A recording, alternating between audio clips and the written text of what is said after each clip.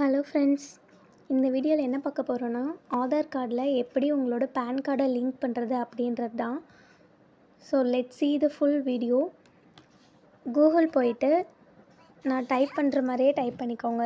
இ-ஃபில்லிங் 2.0 அப்படின்னு டைப் பண்ணிக்கோங்க.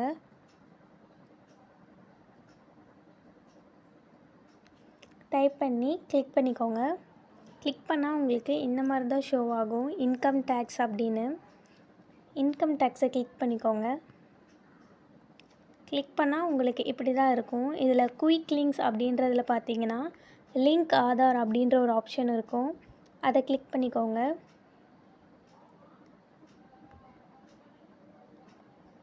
Pan card நம்பரையும் ஆதார் கார்டு நம்பரையும் என்டர் பண்ணிக்கோங்க.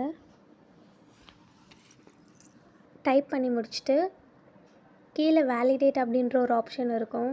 அதை கிளிக் பண்ணுங்கள். ஆல்ரெடி உங்களோட பேன் வந்து ஆதாரில் லிங்க் ஆகிருந்தா இப்படி தான் ஷோ ஆகும்.